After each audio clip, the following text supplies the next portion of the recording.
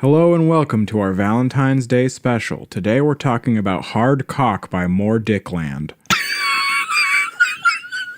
I'm Sean. And I'm Mimi. And this book is British.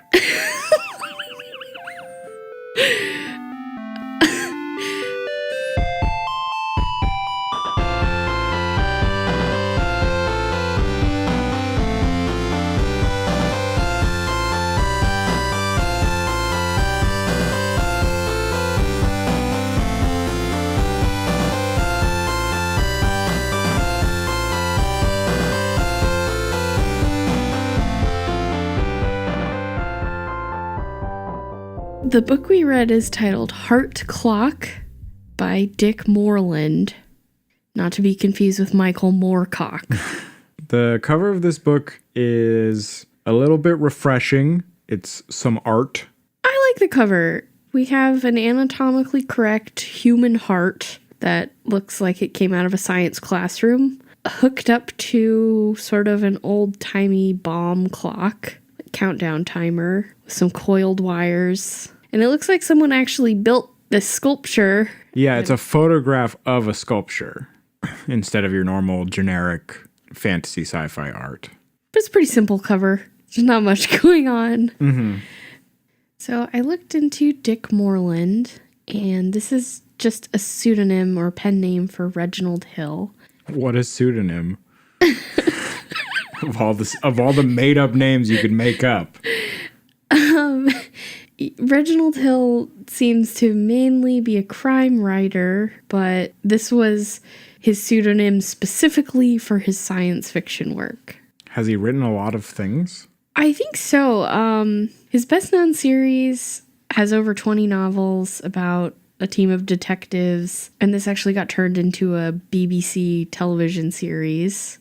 In 1995, he won the Crime Writers Association's Diamond Dagger for Lifetime Achievement. Just you've written enough books. Here's your award. Please stop. Well, sounds like a really cool award. His first book was titled A Clubbable Woman. Oh. The Goodreads entry for Heart Clock has only 4 ratings. Because this book was republished both under his pen name and under Reginald Hill name, and the book was also retitled when it was published again. It has multiple entries on Goodreads, but that's happened to us before where Time Stop ended up being a little bit more widely known than the initial record that we checked. But every entry for this book has less than 10 ratings, and someone really messed this up because one of them is credited to Rudolf Steiner instead of Reginald Hill or Dick Morland, who is a philosopher and social thinker who died in 1925. I'm surprised he managed to get it republished. He's a winner of a Diamond Dagger. I think once you've won a Diamond Dagger, people will let you republish your works. Oh, yeah? Are you ready to get into Heart Clock? So our hero is a 69-year-old, frail, kind of dumb, Feeble, you might call him. ex-politician turned protester? Yeah, he came up with a great plan as a politician. His name is Matlock. Matthew Matlock. Yeah. His great plan was to set an age limit and install heart clocks in every citizen that will stop your heart once you reach the age. And this is to fix the budget. This is the future where they've developed a lot of medical science so that people live super long, but then did not develop any infrastructure to help pay for all those people, and then just decided to kill them all. And now that he's 69 years old, he's decided this is a bad idea and maybe we shouldn't be. But it was his idea when he was 40. Yeah. So he's like holding activist group meetings that are very poorly attended, and they keep getting shut down, I think, by police kind of breaking them up. He has some other activist friends. One is Lizzie, who is supposedly his secretary, but I don't think she does anything in the book except sleep with Matlock. She's a love interest. And then we have Ernest and Colin. Is it Ernest or just Ernst? It might be Ernst. We're in England here. These are just two more activist friends. Well, Ernst is his appointed heir. To what? To being a feeble 69-year-old activist. And then Colin has no special attributes. He's just another guy who does not sleep with Matlock. They have another friend who's killed immediately in chapter 1 by police violence. Yeah, almost page 1. And they're sad about it on page 2. And then I can't remember his name. Yeah. So England has become like a police state, and the police presence is kind of... There's curfews. There's a magical curfew wagon that's a giant vacuum. It just sucks people up off the streets. From here, we're introduced to, I think, there's basically 3 major factions other than Matlock and his friends. And we're introduced to all of them by Matlock being forcibly escorted. Yeah, or one kidnapped. by one, yeah. So first he's escorted to meet the current Prime Minister of England, Browning, who tries to convince him to rejoin the party. Because if you're a politician, you are not subject to the age limit. As long as you're working in politics, you can live as long as you would naturally.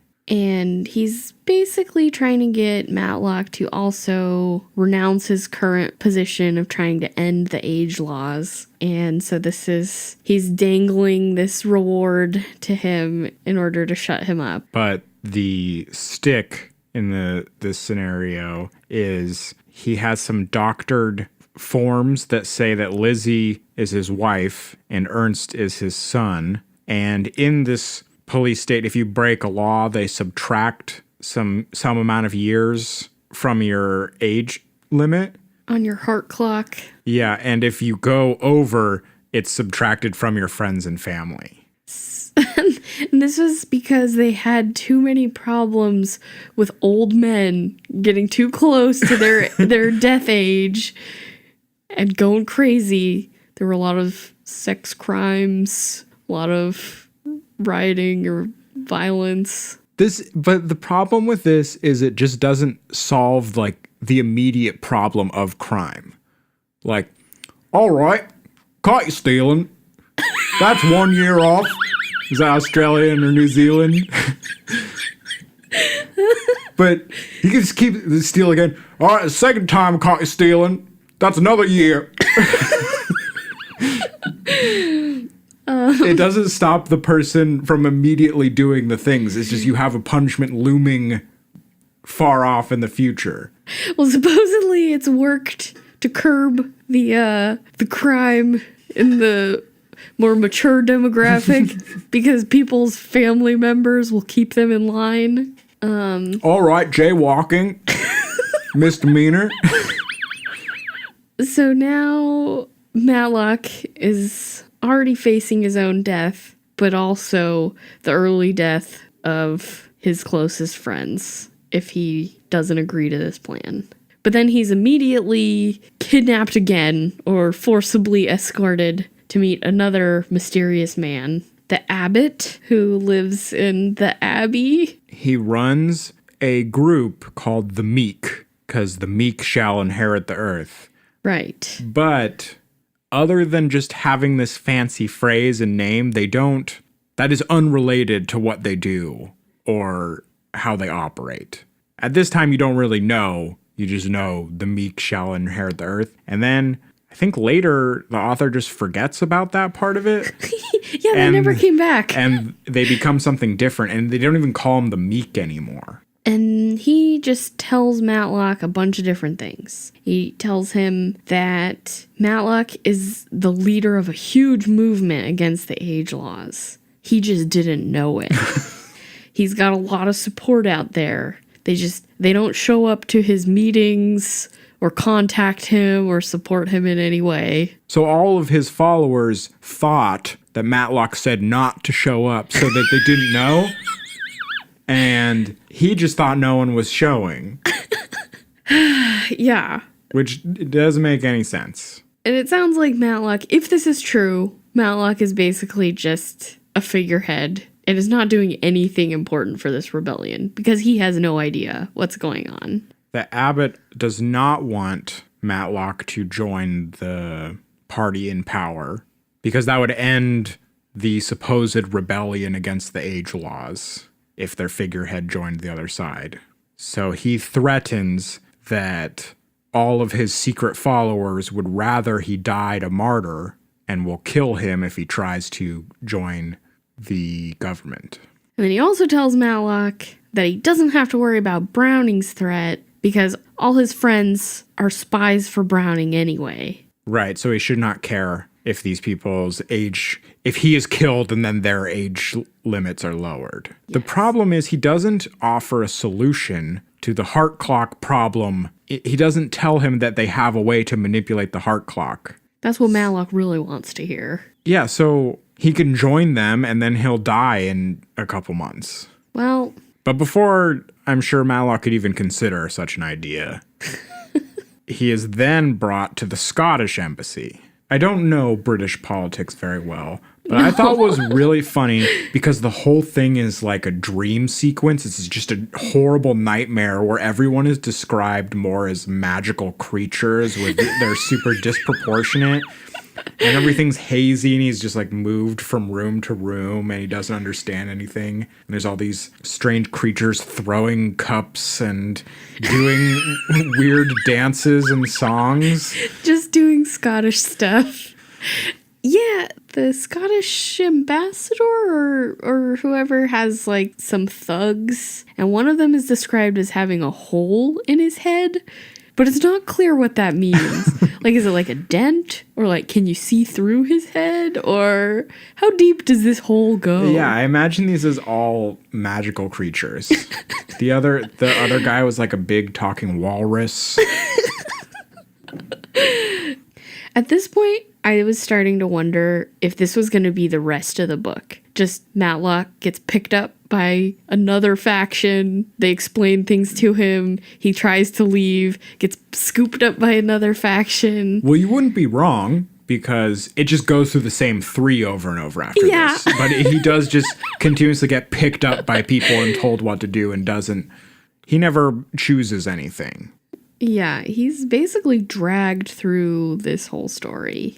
So he gets home, he's brought home, and he has a moment. He's afraid that all of his friends are spies. And everything they do seems a little suspicious. Their reactions are all a little off. But not even within one page does he just decide to tell them everything. Well, and he has to trust them. It's because of Lizzie's hot butt. That's what he says. That's the part where he slaps her butt vigorously. All right, well, you convinced me.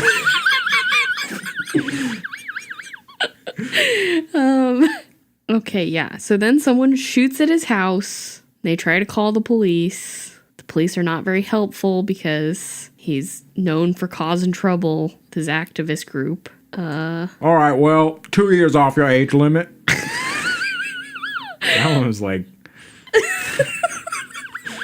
Accents are my thing. So then Matlock comes up with some kind of plan, and I didn't fully understand the details of it. His plan was to tell Browning that he was joining him, but then not actually do it, which was not a very good plan. No, it was terrible, but... So he tells Browning, and Browning's like, okay, great, I'll send all my men over right away. And Matlock's, oh, shit.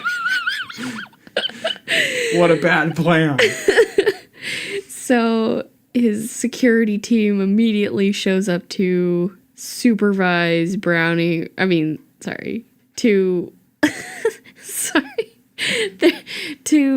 He's put under house arrest. Yeah. And he has 7 cops living in his apartment with him.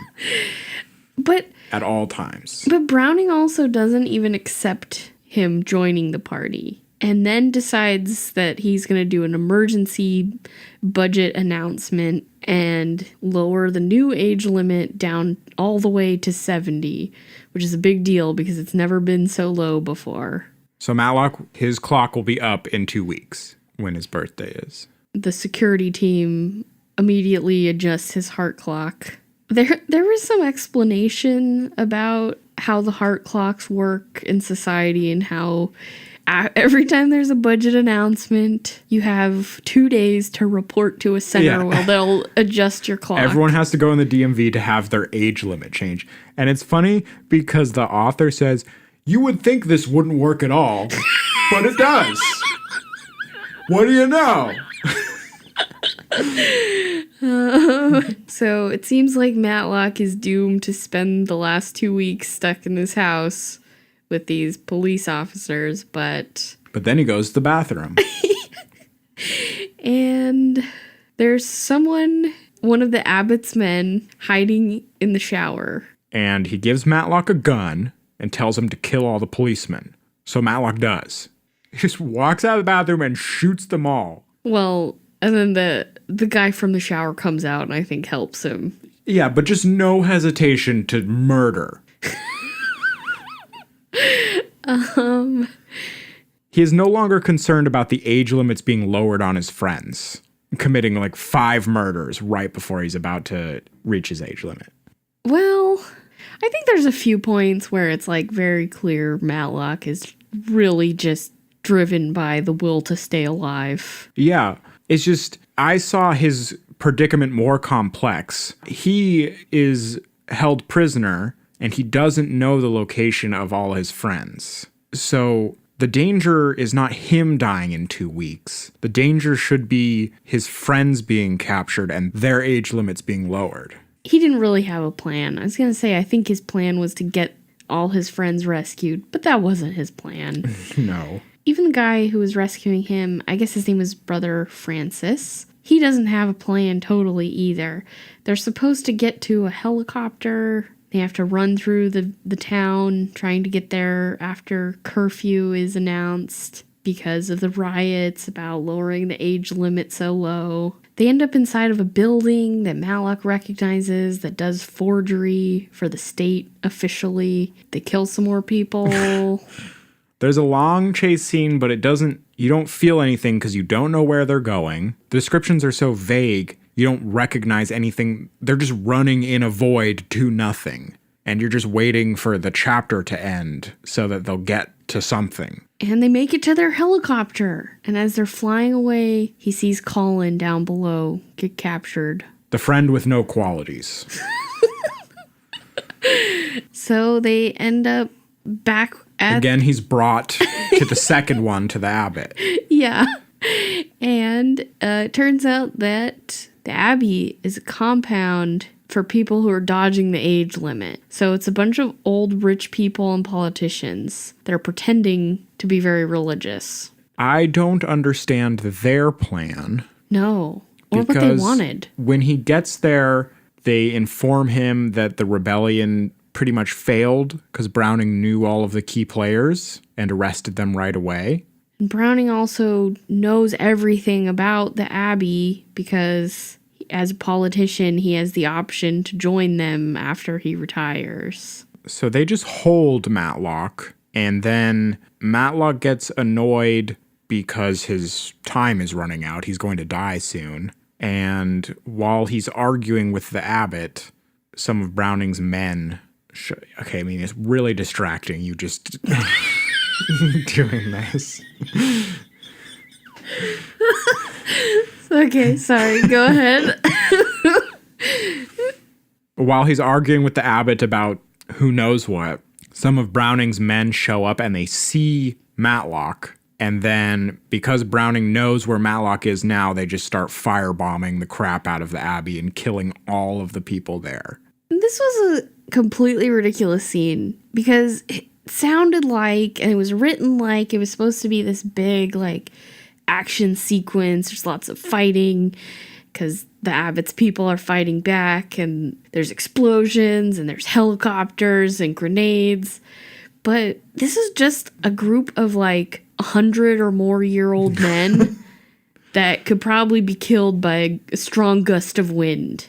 And they're just being wiped out by soldiers. The scene also, there were like sci-fi elements sprinkled throughout the book, especially at the beginning to kind of flesh out the setting that we're in the future. There's something called poro glass, which is kind of like glass that can be a screen, so it can show computer screen stuff, or it can show an image, like your window could show whatever you want. And then it actually had a kind of payoff in this scene because the abbey is actually a ruin, but they've rebuilt the walls out of poro glass to make it look like it's complete, and then they can turn the walls on and off or something, and it's kind of like a maze the Matlock has to run through, and the soldiers can like turn the glass transparent, and the walls just disappear.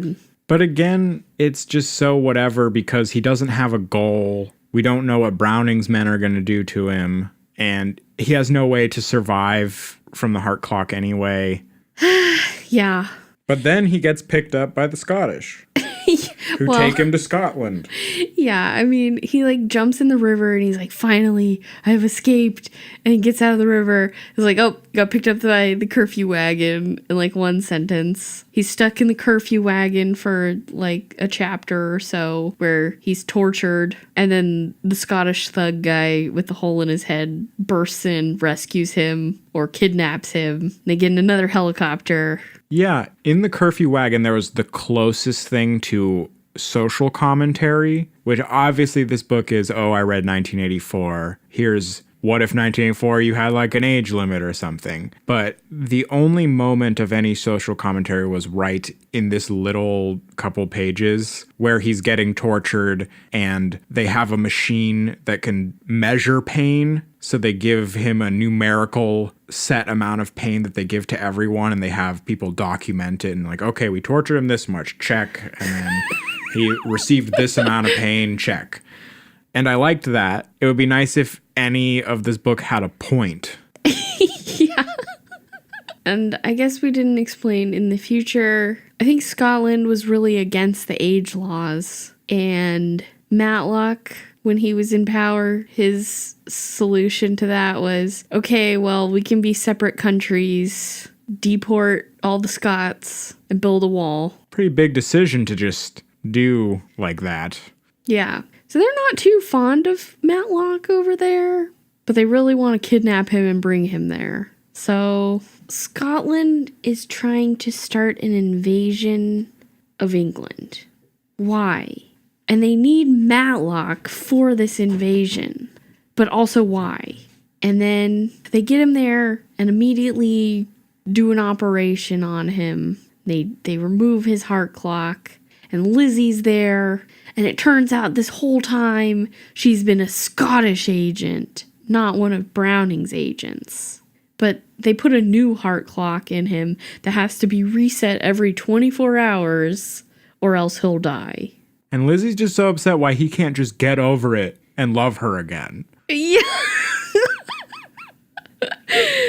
He probably should have done that, though. Live in Scotland? Yeah. I don't really know what he wanted throughout the book. He wanted to be alive and he wanted to be with Lizzie, and he could have done all that right here, but he's really against this invasion plan. They force him to do some pre-recorded speeches that they're going to use to help the invasion somehow. But he decides he has to sabotage this invasion. He knocks out Lizzie. He kills the thug with the hole in his head, re-records a new message, and forces some people into broadcasting it.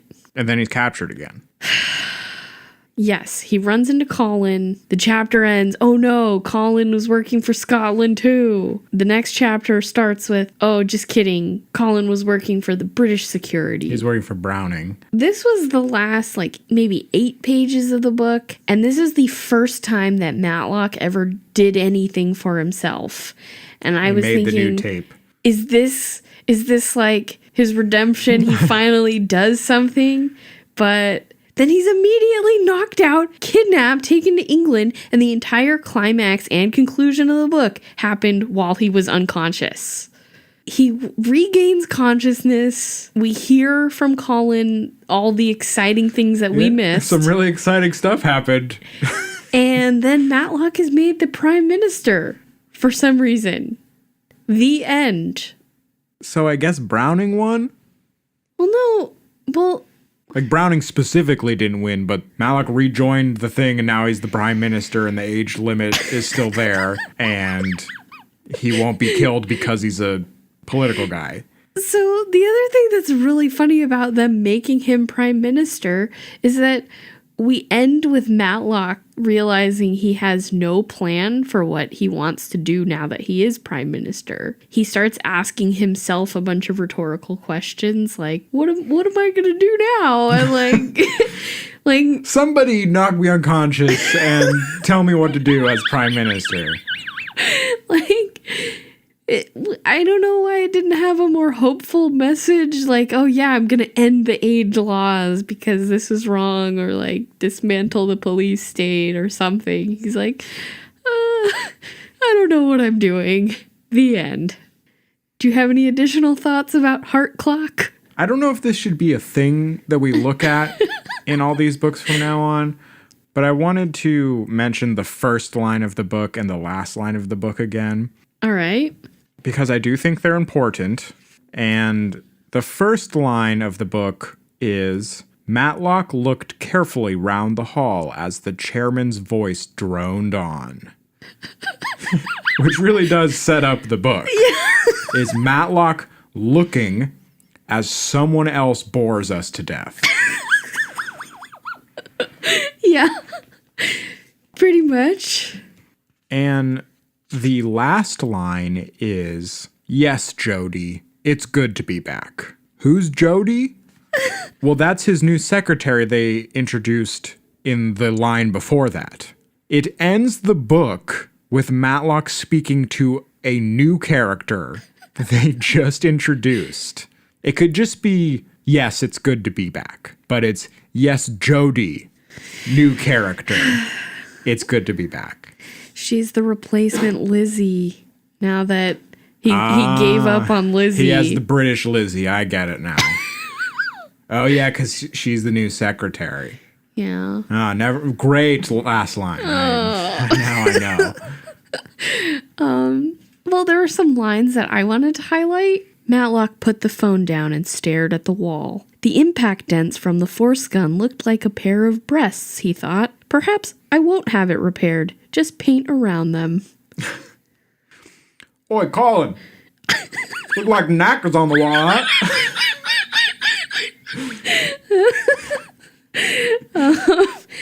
A cool customer, said Matlock. Excuse me. He reversed his gun and struck the other messenger sharply behind the ear. He slumped forward without a sound. That's better, said Matlock. Now I can lean forward and get a decent shot. I'm going to count to 3 and then press the trigger. My force gun is pointing, you will observe, more or less between your legs. The turtle's nest. Frying tonight, as they used to say.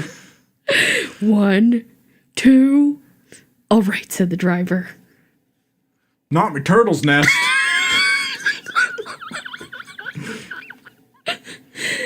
The old Mr. and Mrs. Tortoise. So Matlock does not do anything in this book.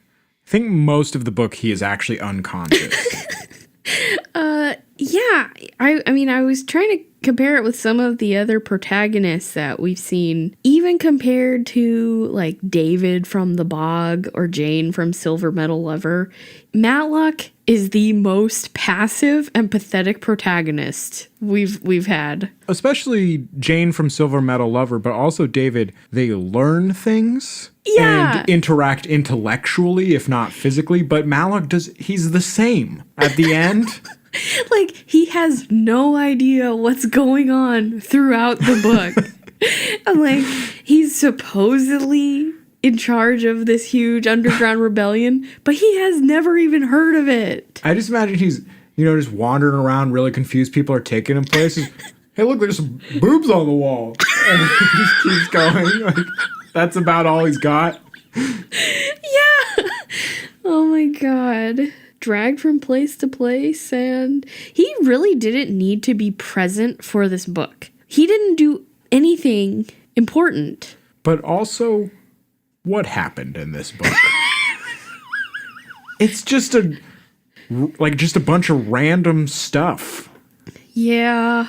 It seems like it should be a political thriller or some sort of dystopian police state thing. Yeah. After reading like the synopsis on the back of the book, I was expecting a political statement from it. And I was a little worried it was going to be like a time stop where PJ Farmer read 1984 and thought, oh, I could do that, but mine's going to be way cooler.